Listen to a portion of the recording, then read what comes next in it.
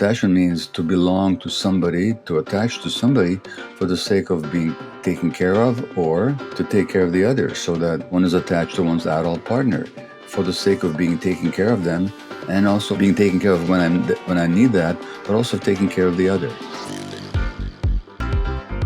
Welcome to another episode of the Mark Groves podcast. Today, I am blessed to be accompanied by Dr. Gabor Maté. Welcome. Nice to be with you. Thank you. I have to say this is a very exciting moment for me because I've had the honor of, I went to the Psych Networker, saw you give a keynote there, attended your workshops there. I've been, having formerly lived in Vancouver, have been a longtime fan of the work that you've been doing. So I'm very excited to have you here today. Well, thank you. And your new book, The Myth of Normal, which, to me, I think it's probably the best book that's come into my life in some years, because I think you've done this beautiful job of explaining the connection to emotion, relationship, and health and the impact that it has. And I'm curious what led you to writing this and what has the journey been like? Yeah. So medical practice teaches you certain things if your eyes are open, if your ears are poised, and what you learn is that human beings are whole beings. They're not just collections of organs. And furthermore, human beings don't develop, live, or die simply as discrete, separate entities, but we're part of a whole network of other beings that includes the entire culture that we live in. So that when, not to mention all of nature, but the point is that when people get sick, as a physician, you're not just looking at some random misfortune in a certain organ. You're looking at the life of a human being in a certain context. And so now nobody teaches you that in medical school, even though there's all kinds of science to show that human beings are what is called biopsychosocial creatures, which means that our biology is inseparable from our emotional lives, our psychology, and from our social relationships. And so in previous books, I had explored the mind-body unity. And when the body says no, I looked at a condition I was diagnosed with, ADHD, attention deficit hyperactive disorder, which I found wasn't an inherited disease or a disease at all, but actually a response to stresses in the environment of children. I've looked at parenting issues, and I've looked at addiction because I worked for 12 years with North America's most notoriously concentrated area of drug use here in the downtown east side of Vancouver, British Columbia. So I've looked at these issues, but I had not looked at is the development of all these issues in the context of the entire culture. So in this book, I wanted to bring together all that I had learned and all that science teaches about the mind-body unity, the relationship of emotions, expressed or not expressed, felt or repressed, to physical illness, the impact of trauma on mental health conditions, and the social conditions and connections that are the context for all that. So this book brings together everything I've ever learned, you might say. Yeah. And speaking, at the beginning of the book, you talk about normal, like the idea of normality and in medicine, trying to get people back to a state of normality. Can you maybe extend a little bit upon that? Sure.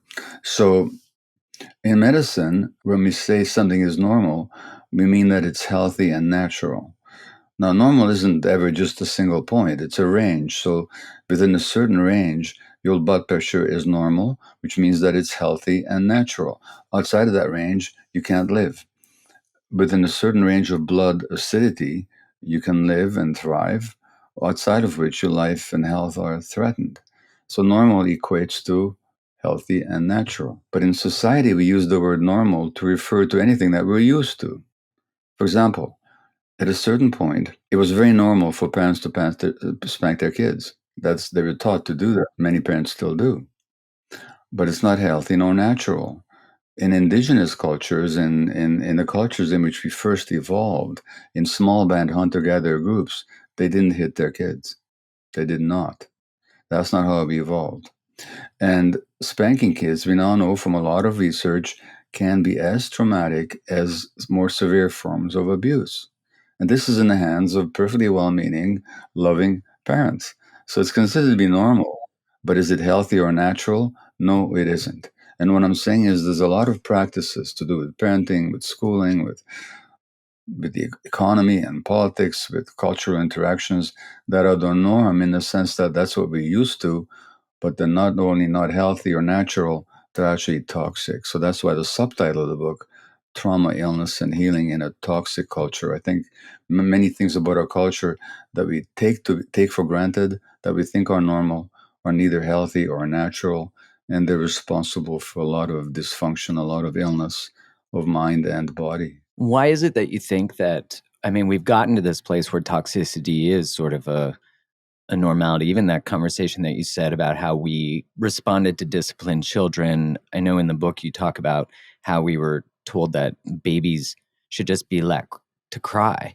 And, when it comes from the state of, I mean, I was in the pharmaceutical industry for 14 years, and in the journey of sort of waking up to emotionality and relationships and the inflammatory cost of relationships, I started to see that I was working for an industry that was very much, not always, but a lot of the time, treating symptoms rather than getting to the core of things. And when it's coming from the authority of medicine, much like pediatrics and how we're supposed to raise kids, it seems like there's maybe an absence of criticism of these things. And I love that you're voicing it, because how can we not imagine that leaving a baby to cry because it's considered I think the words you used were like a tyrant. That's, I think, from the research. Well, I didn't use that word. What the Dr. Spock, Benjamin Spock, who for years was the authority, the guru on parenting for many decades. He actually said, he talked about the chronic resistance to sleep of the infant, and he talked about the tyranny of the infant who wanted to be picked up by the parents. Now, I have to confess, as a physician, until I learned better, I would give the same advice to parents. I'd say to them, you want to learn, teach your kids how to sleep through the night? Don't pick them up when they're crying. It works. The kid goes back to sleep because they give up. They give up. But the message they get is that the emotions don't matter and that people don't care about how they feel. That's the message that they actually download. And that really has a traumatic impact on them. In modern culture, where parents have to rush off to work in the morning, which itself already is a big departure from the hunter-gatherer tribe where the kids with their parents the whole day, and where kids were not left to cry, they were always picked up. I mean, the papoose in indigenous culture in North America, the way that African mothers bundle their kids, the way that gorillas and other apes hold their infants, that's what's natural and healthy. It's necessary for healthy human development. But in this culture, it's very normal, and it's reinforced by authority figures like myself. I delivered a lot of babies, and I would sometimes give this advice, not realizing the impact on the child. So the problem with medicine is it's not psychologically informed. It's a very mechanical. Modern medicine is a lot to its credit. I don't have to sing its praises because its achievements speak for themselves. They're amazing, but at the same time, modern medicine has lost understanding of human beings and human needs. So it's become a very mechanical, formula-driven process rather than responding to genuine human needs in so many conditions, from autoimmune disease to cancer to child development. And when you talked about your work in the pharmaceutical industries, you're quite right. When it comes to, say, like something like depression, I mean, there's like, I don't know how many million antidepressants there are out there, because there's always money to be, I'm exaggerating, but there's many, many. There's always money to be made by coming up with a new variant of an antidepressant to deal with the symptoms of depression. But when you actually look at the basis of depression in people's lives and the traumas, there's no money to be made for a pharmaceutical company and getting at sources, at the causes. You can't through pills. So the research that doctors are given is driven by the profit motive of pharmaceutical companies. That's not a pejorative, it's just how it works under a capitalist system. But it means that the research that doctors get has got nothing to do with dealing with causes for the most part, especially not conditions of the mind or autoimmune diseases. We're actually mitigating symptoms, not a bad thing in itself, but it doesn't deal with the underlying problem. Well, and before we get into the conversation about autoimmune and the one of my favorite sayings that I read before the book that I heard from you was about that competition between authenticity and attachment. And I'm curious if we could speak to that, and also, I really love the story that you sort of set the book up with about your experience of flying into the beautiful Vancouver. And I just think that did such a wonderful job of correlating early childhood. And of course, that's why it opened the book. But yeah, maybe we could start there and then weave our way. Well, I wrote the book, The Myth of Normal, not just wanted to write from a position of sort of medical expertise, but also as a human being who's been through just about everything that I talk about in the book, to one degree or another. So that there's a commonality to all of us. I think trauma means a wound. I think a lot of us in this culture are wounded, some more dramatically and to a great extent than others, but almost everybody to one degree or another. And I didn't want to take myself out of that mix. The example I give is being very disappointed and hurt one day, not that long ago, when my wife doesn't show up at the airport to pick me up from a flight from a speaking trip, and I react like an abandoned infant with rage and withdrawal. And I was an abandoned infant because when I was 11 months old, my mother handed me to an unknown person she didn't know in the street of Budapest to save my life, because there's Jews living under the Nazis where we were living. It was intolerable for me. I couldn't have lived more than a few more days in that environment. And so she sent me away. As an infant, I could only experience that as an abandonment. Just as in the United States, 25% of women have to go back to work within 2 weeks of birth. It's wild. Which means those infants are experiencing an abandonment, not because the mother wants to, but because social conditions are forcing them to. And so that abandonment then shows up when my partner of, by that time, close to 50 years, she doesn't show up at the airport, and in me, this wound, which is what the word trauma means, the wound. This wound gets triggered, and all of a sudden, I'm reacting like an abandoned baby, not like a 72-year-old mature best-selling author and physician, a healer. So the adult me disappears in a flash, and what shows up is the hurt baby. So, which sometimes when people say to you, "Don't be such a baby," they're saying that critically, but it's also accurate. So very often our reactions are those of our much younger selves based on trauma that we hadn't resolved yet. So that's my story there. And almost everybody can recognize in themselves when they react so strongly to something. Later on, they think about what was that about? It's not about what happened in the present. It's about some old stuff that there hasn't been. It's some old traumatic wound that hadn't been healed yet. Well, in the context of it showing up in our adult life, and I remember hearing a saying that if it's hysterical, it's historical, and I think that gives us some context to like our response being, greater than what maybe the circumstances dictate. You talk about trauma being something that happens inside of you due to something that happened outside of you. Is that correct? Did I get that right? Yeah. So something happens to you, and then as a result of that, something happens within you. My mother gives me to a stranger. That's what happened to me. But that's not the wound. That's the wounding event. That's the traumatic event. The wound is I conclude that I'm being abandoned. And who gets abandoned? Somebody who's not worthy to be kept, somebody who's not lovable. So the wound is my sense of abandonment. The wound is my sense of not being worthy, not being good enough.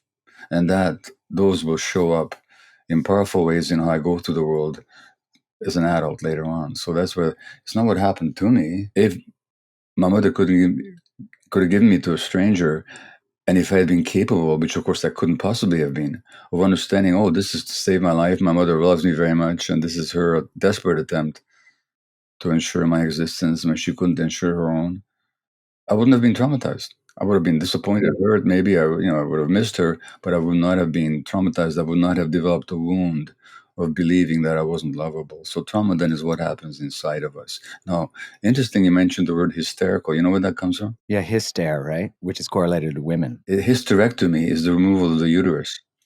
So they used to believe that women who are quote unquote neurotic, their uterus is kind of wandering around.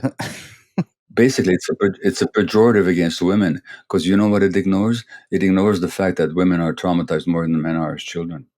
And so Freud, was the first psychoanalyst, when he first saw clients, they told him that what happened to them was that they'd been sexually abused, and he believed them for a while. And then in polite Viennese late 19th century society, he couldn't maintain that and still be a respectable doctor. So instead, he said that they fantasized having been, because they wanted to have sex with their father, they're fantasized having sex with their father. In other words, they were hysterical. It's basically, the word hysterical is a put down of women, which comes from the word uterus. And the actual result is that women who are abused are at much higher rates as children, sexually abused, and we know the physiological impacts when women are when anybody is sexually abused, the men who are sexually abused, they have triple the rate of heart attacks. A recent Danish study that this week actually, that the more adversity in childhood, the greater risk of heart disease, regardless of gender. Women who are sexually abused are at much higher risk for endometriosis and ovarian cancer. The word hysterical kind of trivializes the genuine experience of having been traumatized. Yeah, that makes sense. Thank you for explaining that. I guess even the use of the word or the word's existence itself shows you how much we minimize the emotional experience or the traumatic we even give a word that minimizes the traumatic experience and dismisses it completely. Yeah, and then this is true for on men and women as well. So on the one hand, the word trauma is somewhat overused in the popular culture. People, will talk about, I wanted to go on a picnic and it rained and I was traumatized. No, you weren't. You were just disappointed. It's not the same thing. As Peter Levine, the great trauma psychologist, says, every traumatic event is stressful, but not every stressful event is traumatic. So on the one hand, we overuse the word, but on the other hand, where it matters in medical practice, the average medical physician does not get a single lecture on trauma and its relationship to mental and physical health. Not a single lecture. They shouldn't have a lecture. They should have a 4-year course on it, because everything they deal with in mental health and many areas of physical health are based on childhood trauma, documentably according to the scientific evidence. But they never presented that evidence. So on the one hand, we may overuse the word, but on the other hand, we don't understand it nearly and use it appropriately nearly enough. Historically, throughout the day, you'd see me drinking a flavored sparkling water, and if I went to a social event, whether people are drinking or not, I'd go to the standard sober person's drink, flavored or regular sparkling water. And I thought to myself, can I find a drink that not only tastes good, but perhaps improves my mood, increases my attentiveness, my awareness? And I'm in love with this product from Cured Nutrition called Euphoria. It's a natural caffeine replacement. It's great for energizing your mind, your mood, your body. And in it are the highest quality adaptogens and nootropics. So some of the ingredients, just to give you a heads up, are lion's mane, which is a medicinal mushroom. There's also premium CBD in it. And that way you get that balanced energy. You don't get that tired and wired feeling. There's L-theanine, which is an amino acid that gives you energy and relaxation. There's 5-HTP to support your serotonin levels. And there's also vitamins A, B, and C.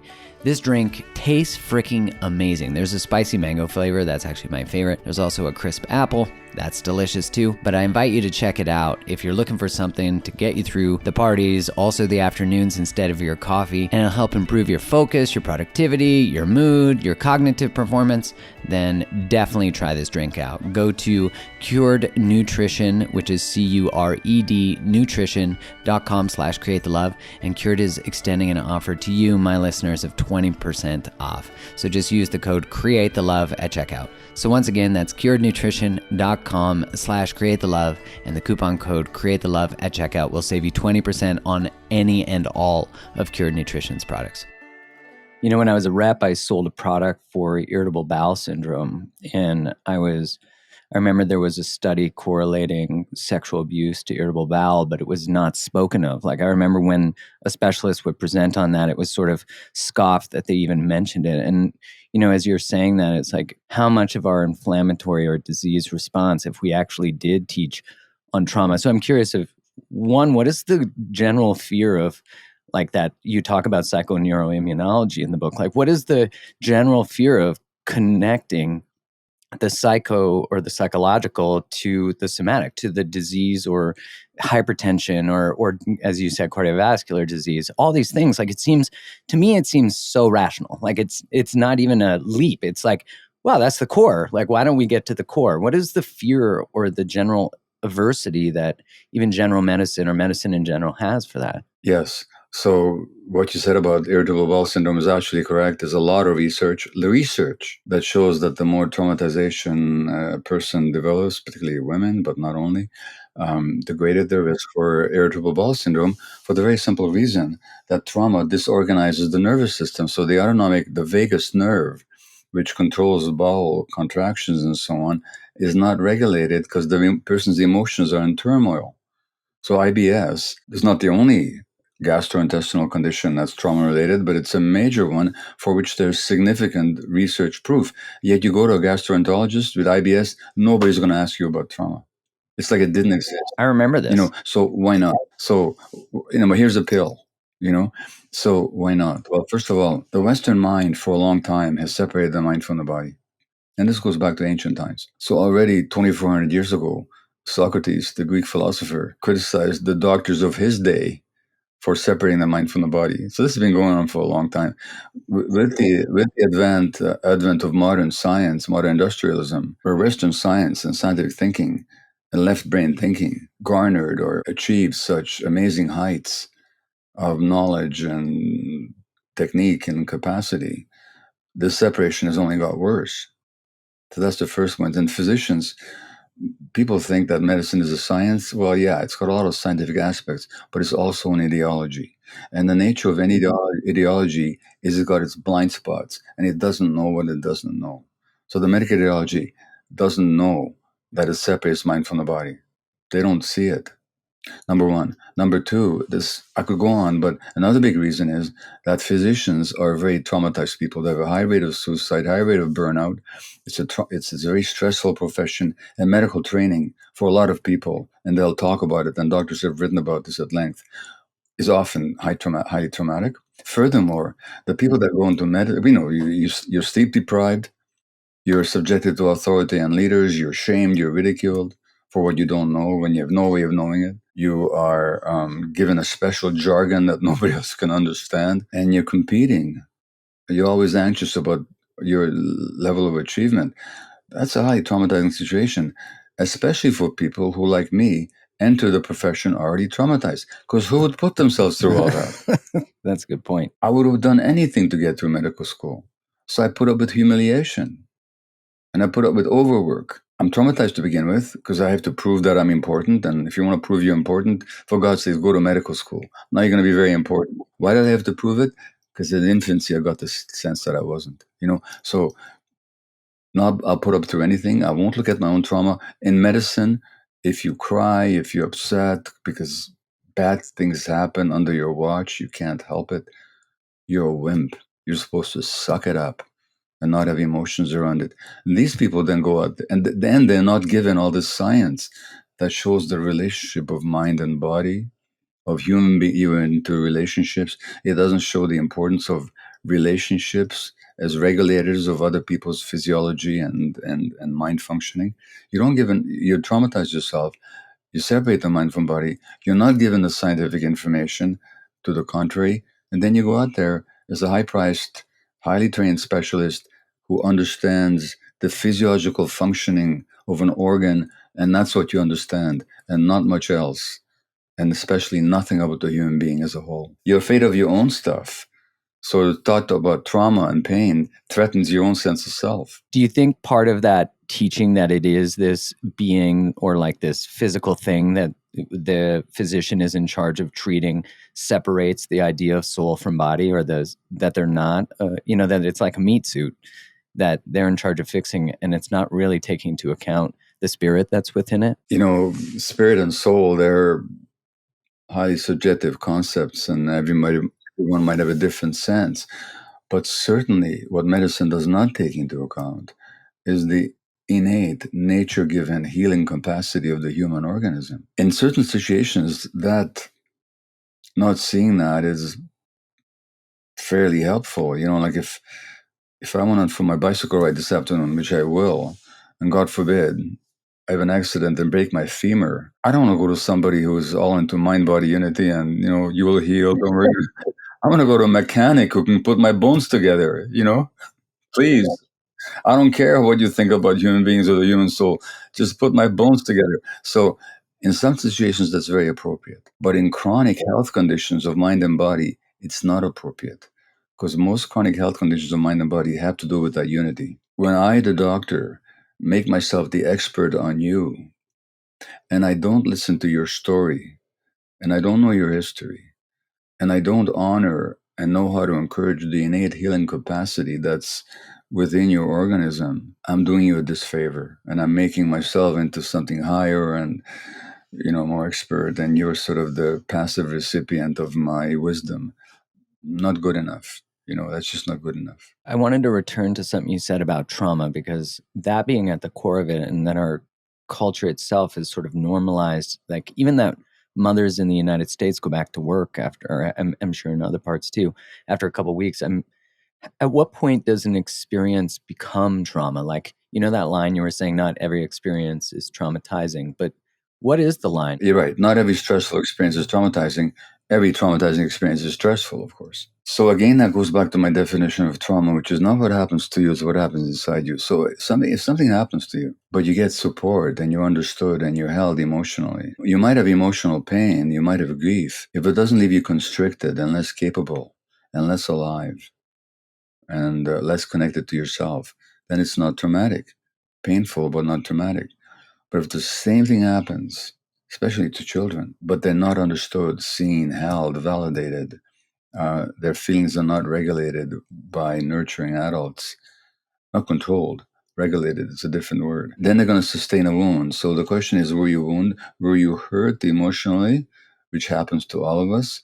Or were you wounded in the sense that this wound will persist later on in a way that'll limit you, that'll constrict you? If the latter, then you're traumatized. If not, then you're not. Okay, that makes sense. Let's say two children, their father dies, age 7, when the child is 7 or 8. That's potentially very traumatizing, but only if there's no support around. If the child can grieve, be held with their emotions, be supported, be understood for however long it takes for the grief circuits that are actually in our brain to work out their loss and come to terms with it. If they actually get it, yeah, I've lost this, it really hurts, then they won't be traumatized.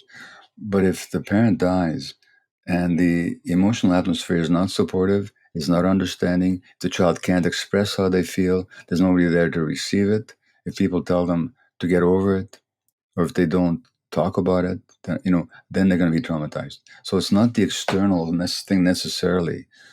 It's sort of what happens internally based on what kind of support you get or you are deprived of. That's what creates the trauma or prevents it. Well, it shows you how important having a community that knows how to actually sit with emotions and process them and not deny them. Because, in the book you talk about, an emotion is not accepted. And maybe this is a beautiful bridge into that authenticity versus attachment, and how important that is. And I think we don't realize how much is inherited through the lack of capacity of our parents, or our culture or our community. Yeah. So again, human beings evolved in small band hunter gatherer groups, but there's always a community around. And most traditional cultures have some kind of a grieving ritual. There's the Jewish Shiva, there's the keening that they do in Ireland, for example. The indigenous peoples have grieving rituals where they relate to the spirits of the departed and so on. So these are culturally embedded in traditional cultures. Modern culture, we don't do such a good job. We actually don't talk about death very much. Death is kind of a forbidden subject. Now, when it comes to authenticity and attachment, which now I recall you mentioned earlier, so what I'm referring here to is an essential dynamic that characterizes this culture. So we have a need for attachment as human beings, and especially as young children. Attachment means to belong to somebody, to attach to somebody for the sake of being taken care of or to take care of the other, so that one is attached to one's adult partner for the sake of being taken care of them, and also for the sake of being taken care of when I need that, but also taking care of the other. And people need each other that way, both in personal and social relationships. Caring is a circuit that's embedded in our brain. and we have it. So we share that with other mammals. Now, so the need for attachment, especially saliently for the young human infant, is non-negotiable, because without that attachment relationship where we're being taken care of, we don't survive. We can't. And that attachment relationship is not just to meet our physical needs. We have an emotional need to be picked up and to belong and to be heard and to be held and understood. That's an essential need of the human being. So the attachment is essential for physical survival and emotional psychological development. We have another need, which is it's kind of a word that's thrown about a bit too much these days in a new age sense, authenticity. But authenticity in real life is very simple: being in touch with yourself and being able to follow that guidance of your gut feelings. So why do we have that need? Well, again, we developed out there in nature for millions and hundreds of thousands of years until about 15,000 years ago. We all lived out in nature. How long do you survive? How long does any creature survive out in nature when they're not in touch with their gut feelings? Not very long. So that's the need to authenticity, auto the self, to be in touch with ourselves. Perfect. But what happens in a society where parents are taught to teach kids not to express their feelings? For example, if you're angry, you're going to get a timeout. I don't want to be with you when you're angry. That means your attachment relationship with me, on which your life depends, is contingent on your pleasing me with your behavior. The child's going to go, not consciously, but, oh, I better go for the attachment and give up the authenticity. Or, an example I give, sorry, in the book, The Myth of Normal, I give the example of Hillary Clinton. This is the story that she told at the Democratic Convention in 2016 when she was nominated for the presidency by her party. And they had a video about her life, and she proudly tells the story of being 4 years old, running into her mother's home because she was afraid because neighborhood kids were bullying her. And the mother says, there's no room for cowards in this house. Now you get out there and deal with it. Now, fear is a natural human emotion. We have a circuit for it, a good thing, because it protects us. And one of the way that the child seeks protection is to go to the adult. Now, you tell a mother gorilla or orangutan to ignore a distressed child who's being threatened. We tell our kids, suck it up, deal with it. Well, what's the outcome? 60 years later, she's a candidate and she gets pneumonia and she gets dehydrated. What does she do with that? Doesn't tell anybody until she collapses in the street because she learned to suck it up and to deal with it on her own. Now, nobody would blame a presidential candidate for saying, you know what, people, I've been working hard. I overdid it perhaps, but for whatever reason, I got this pneumonia now. I want to take 2 days off campaigning. Nobody would judge her for it. In other words, people would actually validate and value the honesty, wouldn't they? But no, she's programmed to suck it up. That's the trauma. So, but the amazing thing, Mark, is that this video was seen by millions of people on television and written about in the newspapers. Nobody remarked on the fact that what they were witnessing here, nothing healthy or natural about it.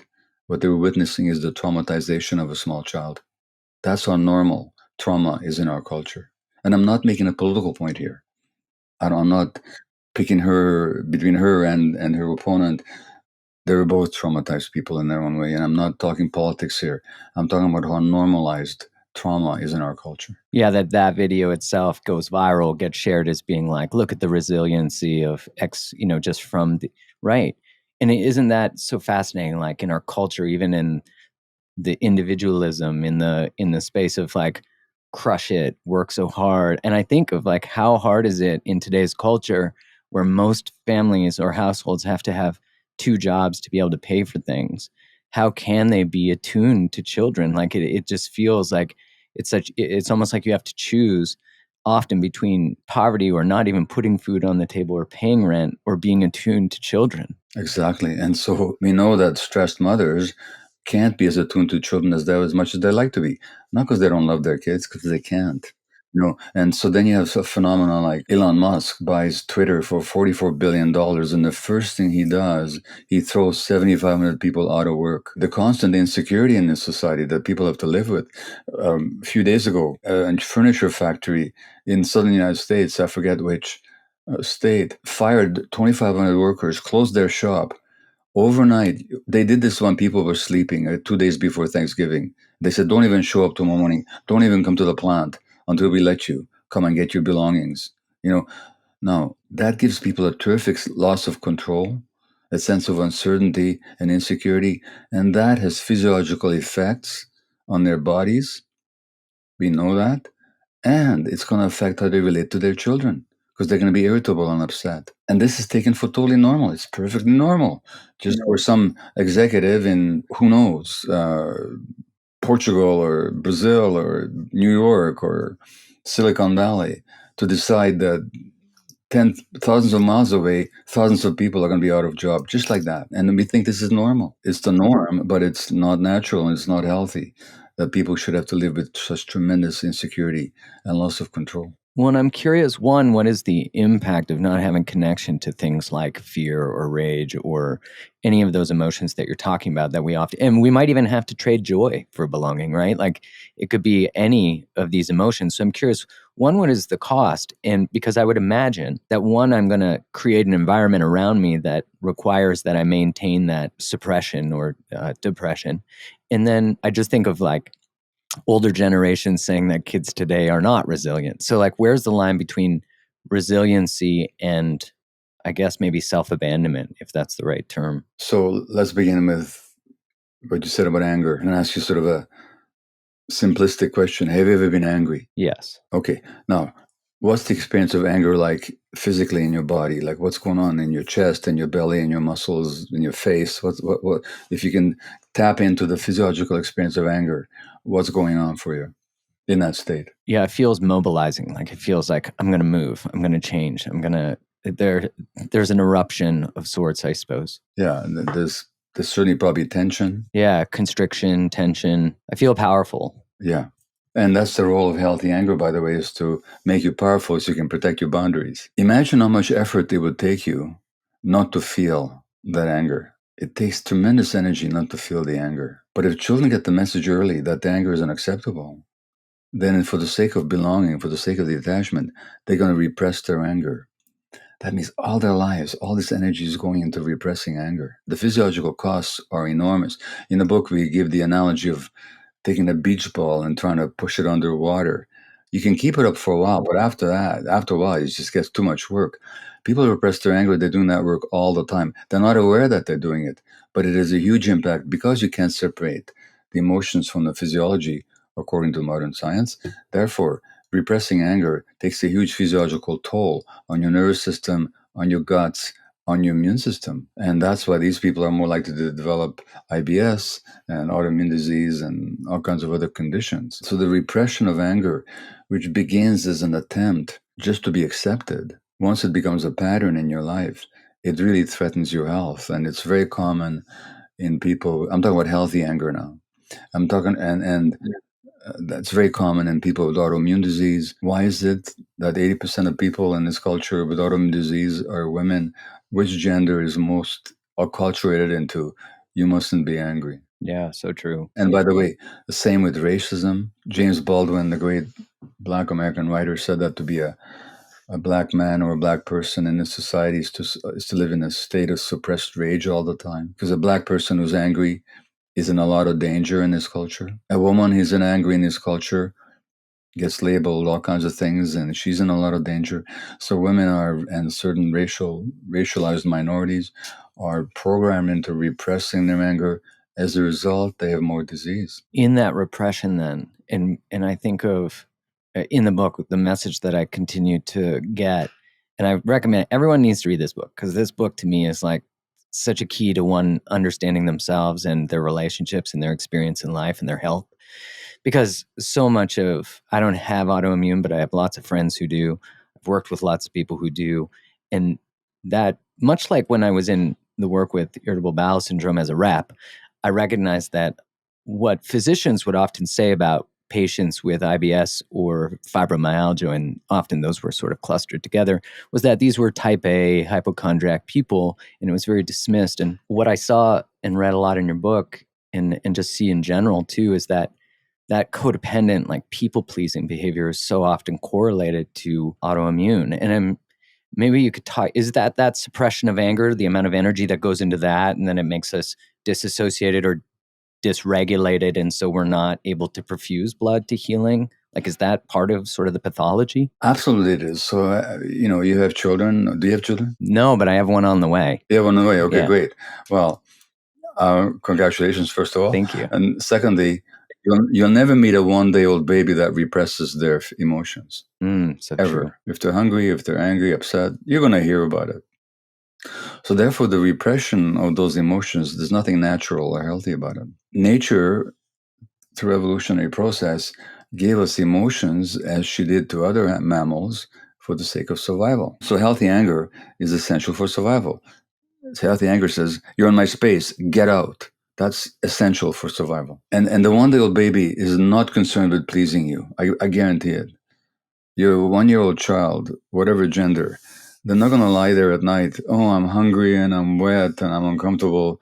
But poor mom and dad, they've been working so hard the whole day. I better not bother them right now." I guarantee you that ain't going to happen. So how do people become people pleasers? When they learn that unless they please others, they will not be accepted. And being accepted, that attachment is actually essential. So people pleasers repress their own needs for the sake of meeting the needs of others, which happens in a lot of families. And they repress their healthy anger. That means they don't set boundaries for themselves. They don't know how to say no. And not being able to set boundaries and not being able to say no is guaranteed to make you sick. And one of the previous books I've written is actually entitled "When the Body Says No." Because when people don't know how to say it, the body will say it in the form of some kind of illness. If we can turn these patterns around, which people actually can, a lot of their conditions can heal. And I know all kinds of people with all kinds of fibromyalgia or endometriosis or chronic fatigue or autoimmune diseases, who once they get it, that their bodies are not separable from their emotions, and the more they liberate their emotions, the less their body has to say no on their behalf, the healthier they get. I mentioned this in the book. I know a rheumatologist in California who, before I wrote this book, and I interviewed her for this book, but she read my book, When the Body Says No, and she saw the same people pleasing that you noticed. And once she read When the Body Says No, she understood the links. So she started talking to people about their emotional lives and their stresses and their traumas. Now she gets amazing results and can often get. I know people have been to her; they think she's wonderful, and she is. And she can often get people, or sometimes at least, can get people off their medications that they've been told that have to be on for a lifetime. But you know what she says? "Don't use my name, because my colleagues will reject me if I do." So in medicine, you're not allowed to speak about this stuff. You're considered crazy. That's how bad it is. Isn't that how it always begins? Isn't that how the rebellion always begins too, is with the people who are called crazy, and the willingness to, which I can totally understand from a professional. Again, that's that authenticity versus belonging, or attachment is the perception of ourselves, which when it's correlated to survival, which I think it is, for most people, or at least perceptually, I think in our adult relationships, you're talking about how we often wake up when the body says no. What are some of the other signs that we're being asked to, like that it's about to come? And I often think of it like the first are just nudges, and the second one are like cosmic 2x4s. But then, disease really is such an extreme thing to wait for, and we often wait there just because we don't know. Because you said culture normalizes these things, so we actually think there's something wrong with us and nothing wrong with culture.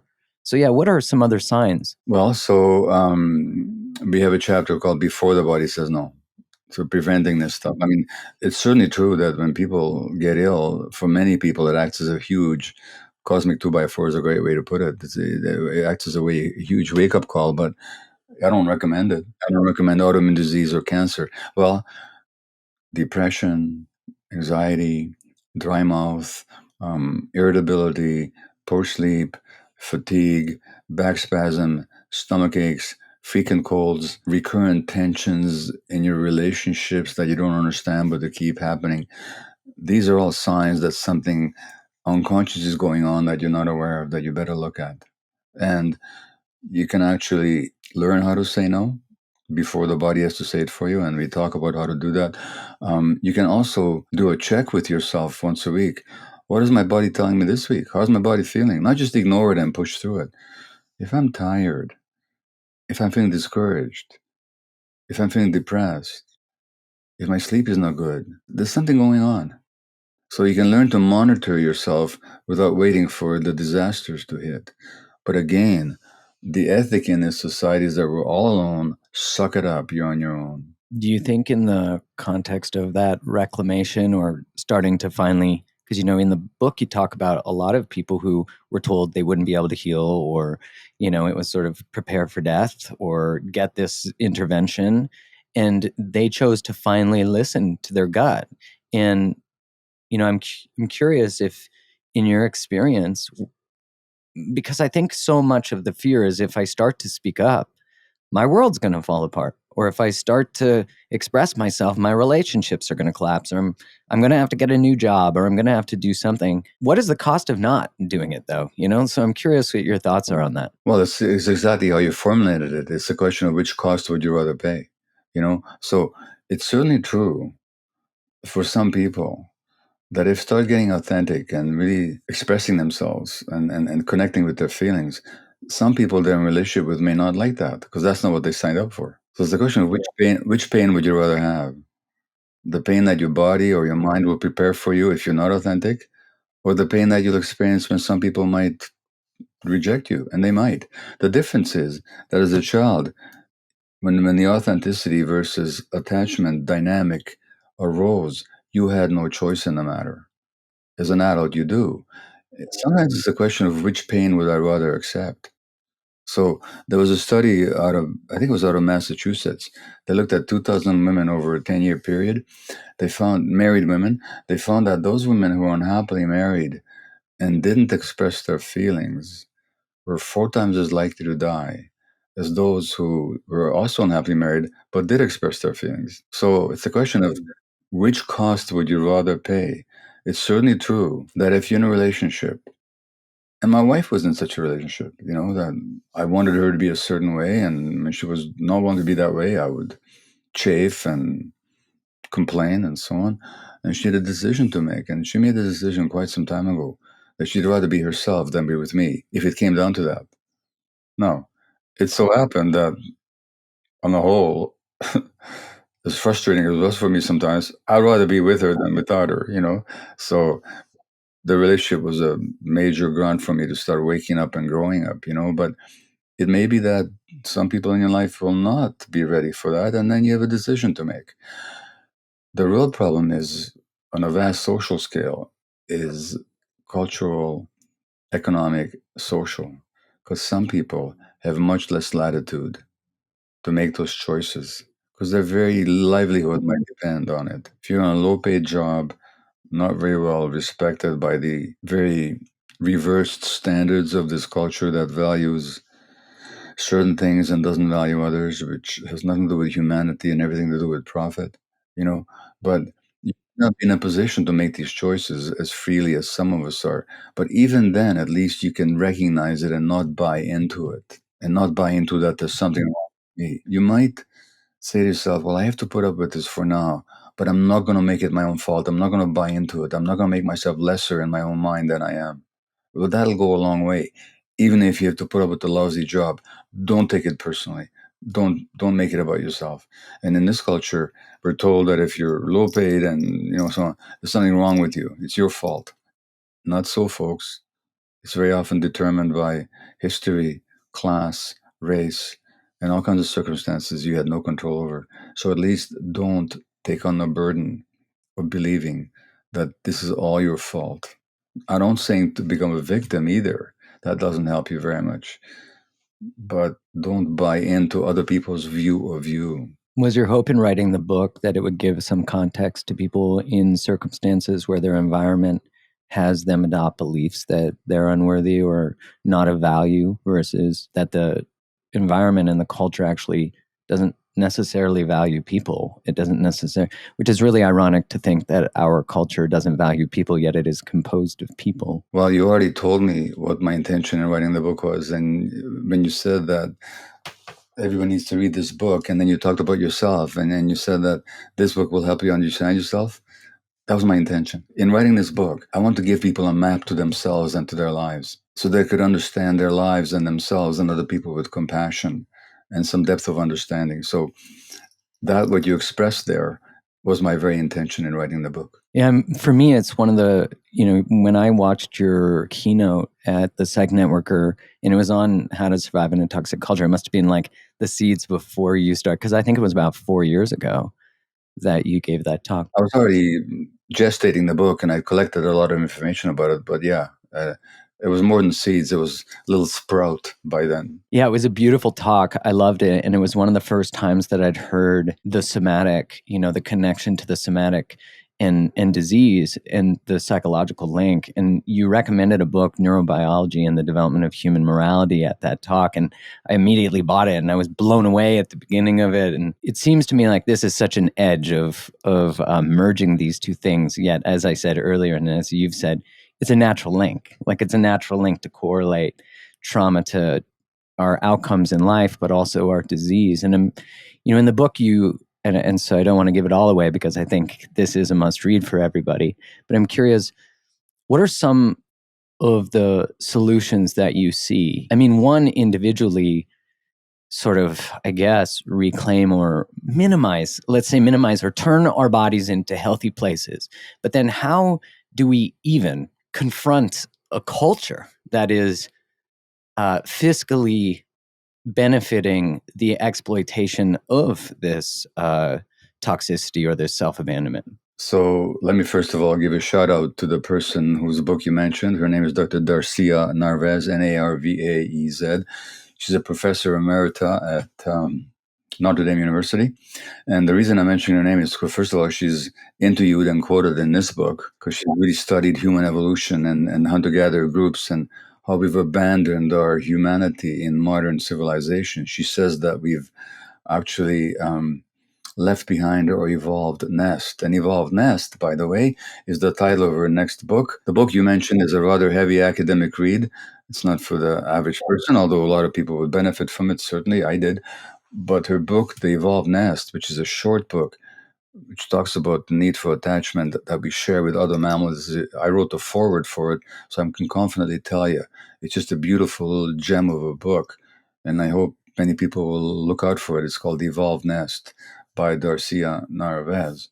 Now, in terms of answering the question about how to work with all this material, well, I mentioned the body saying no, where you didn't. So we teach an exercise in the book that you can do once a week, and people have told me it changed their lives. I mean, I've been teaching this exercise before I put it into the book, so I know the impact of it.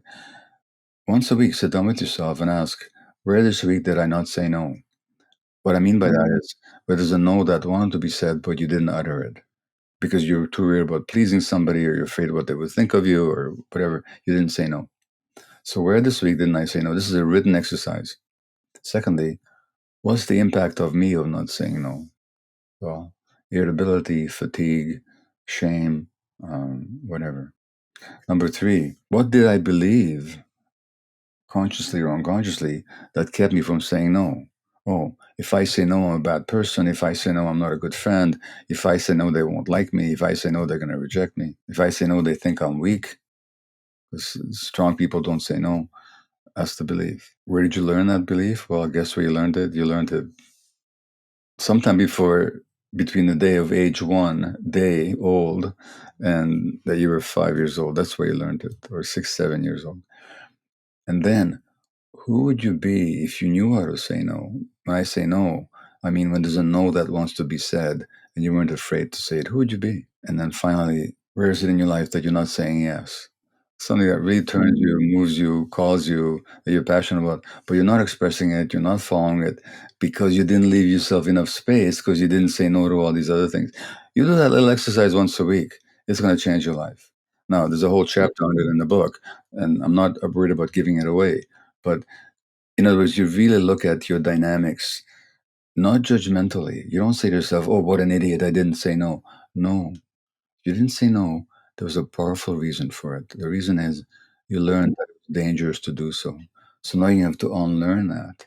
So be compassionate with yourself, but take responsibility. And how about turning towards the face of a culture? Like how do we even begin to confront the idea of them? Like that's a lot of momentum to look at and say, I'm going to try to change this.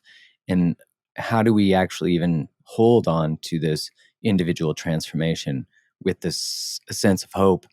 Because I know if enough of us do it, which, is of course the desire of reading a book like yours and writing one, I'm sure, is how do we begin to face that momentum? Oh, you mean on a large social level? Is that what you mean? Yeah, like I kind of look at everything and go, fuck, it feels insurmountable sometimes. Well, the culture, which is driven by a certain economic imperative, has got a lot of momentum behind it and a lot of structures designed to keep things exactly the way they are. So that's true, and that's built into the educational system, the legal system, certainly the medical system.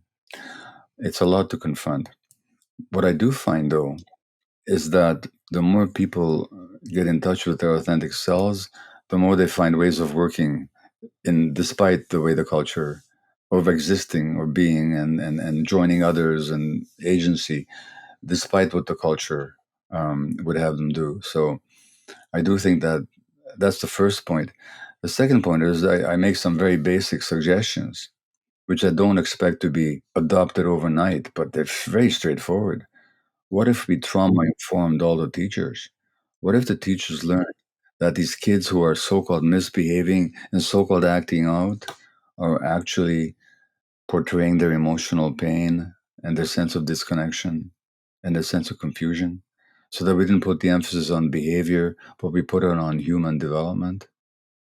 What would that do to the it's not cost intensive and it's not inconceivable. It does take a shift of perspective.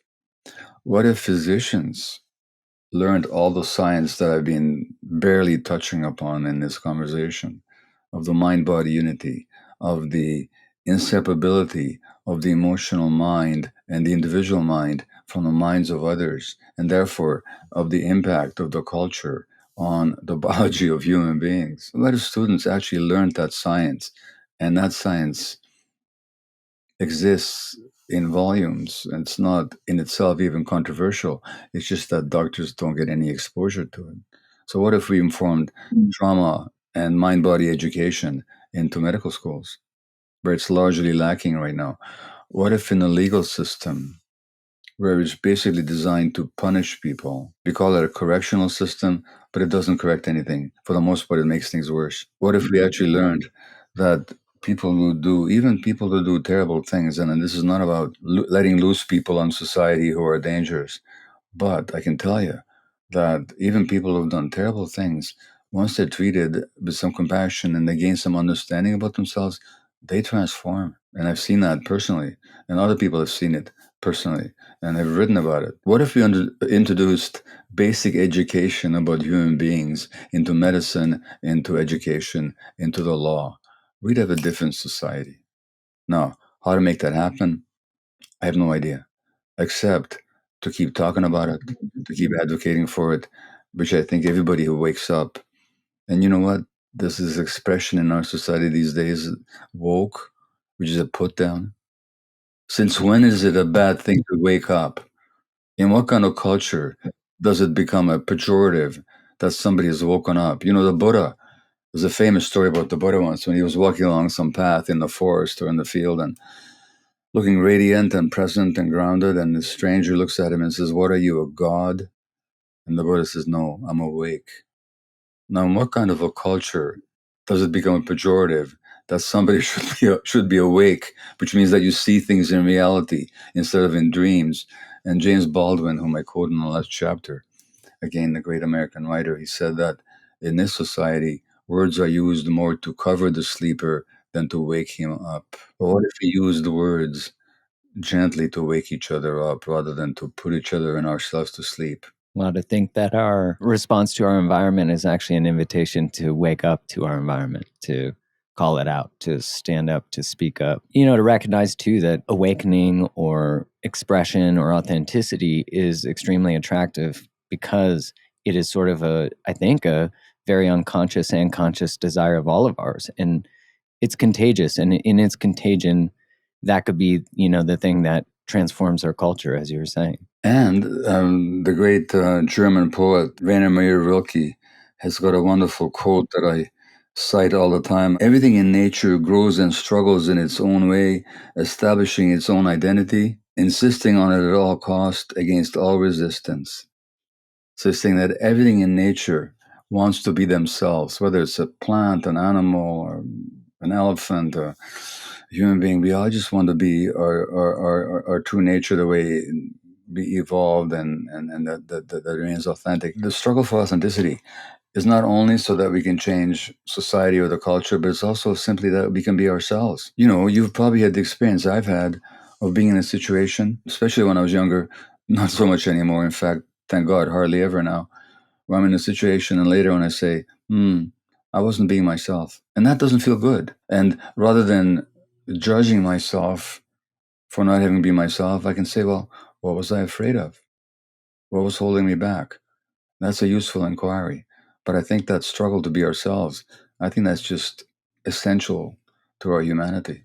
Well, I think to wake up to just the reality and accept it that we are not being ourselves or expressing ourselves is such a powerful first step. And then, that exercise that you're talking about where we do this audit on ourselves and our week and our behaviors, we can begin to reclaim and see the edges of self-abandonment, and because I think often about at some point it was evolutionarily beneficial to have some level of self-abandonment or compromise for the maintenance of a tribe and collectivism. No, I would disagree with you. Okay, I'm curious about that. Yeah, I was going to ask you what you thought. Because survival actually depended on being connected with the tribe. So it wouldn't have been at the cost of individuation? No, that's true. That if you look at traditional cultures, there's not much individual. People are very comfortable in themselves, but in the modern sense, there's not much individuation. That's true. No, I agree with you. I'll take back my disagreement. But it wasn't the self-suppression. It wasn't repression. It's not the same thing. There was no autoimmune illness in traditional societies. Yeah, and I wonder if that's because there was sort of a harmony within the group that didn't require and dissent was seen as expansive rather than compromising to the group. And the chiefs, when you look at traditional cultures, the chiefs weren't like all powerful rulers. They had a certain function. Like in indigenous culture, the war chiefs might lead the troops into battle, but they didn't control other people's lives. You mentioned harmony. And so there's a very famous book, the title of which is 12 Rules for Life, Beyond Chaos, And so this person who wrote the book thinks that the opposite of chaos is a whole bunch of rules. No, it isn't. The opposite of chaos is harmony, love and harmony. That's the opposite of chaos. And it's when we're afraid that we have to set these rules because we don't have the internal harmony with our environment. St. Augustine said, love and do what you will. So if there's love there, if there's harmony there, you don't have to worry about rules. You're just going to do the right thing, So the issue is not to set a bunch of rules that we have to follow, but how do we develop harmony between ourselves and the environment? And that includes other people. It also includes, of course, the natural environment. And look at what we've done, how out of harmony this culture has become, to the point, as Darcy and Arvis points out, we're the only species, we've become species atypical. We're the only species that creates conditions that destroy its own necessities. That's incredible. That's how toxic we've become. It seems like that's like you said, control versus harmony. It seems like that's the overt masculinization versus the rejection of sort of the feminine and the way that we've, as you said, the manifestation and experience of disease more so in women. It seems like and the way we treat the earth, again, seen as the feminine. Yeah. And actually, you know what? You're absolutely right. And what we're really talking about is, on a certain level, is the domination of the left brain over the right brain.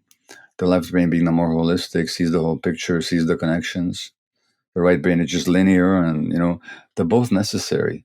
But when one dominates the other, we've got a problem, and that's what's happened in our culture. And on the human level, you see what's been called toxic masculinity, where all the so-called masculine qualities of control and force and aggression are celebrated, and the softer so-called feminine qualities of understanding and acceptance and harmony, they're rejected. We need is a balance between the two sides of our brains and the two aspects of our natures. Well, your book is certainly an invitation into that, and your work has been for me since I discovered it, years and years ago. Dr. Gabor Maté, thank you so much for your time, your wisdom, the work that you do in the world, and I really appreciate having you on. It's honestly, it's like one of those moments you dream about when I saw you speaking, and now I get to meet it. So thank you for being here. Well, thanks for giving me a platform where I can talk about what I love talking about. So it's a real pleasure for me, and it's nice to meet you as well.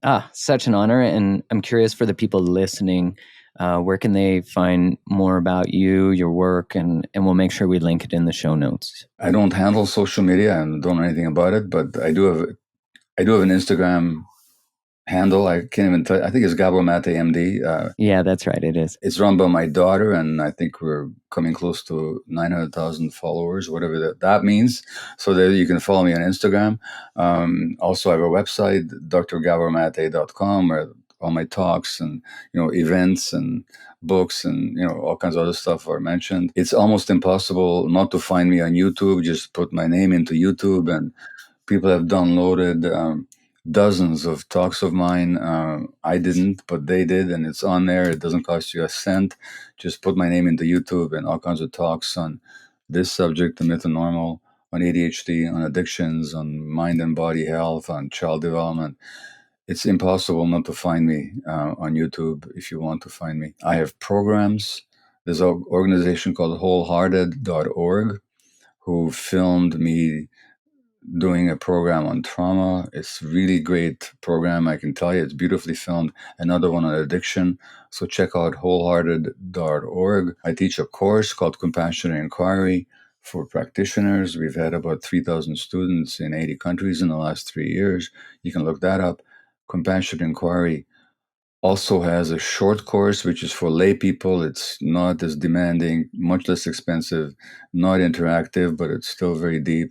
You can look for the Compassion Inquiry short course. The problem is that the older you get, if you ask me where you can look up my work, the longer the list gets. And I'm not too comfortable about shilling my own work, but at the same time, I'm proud of it. So there's all these things out there, people. If you want to find out more, you'll find it. The 5 books that I've written, including the one we've been talking about. Everybody pick up the books. Incredible. Your work on addiction, world changing as well, paradigm shifting in terms of the perspective on it, and ADHD.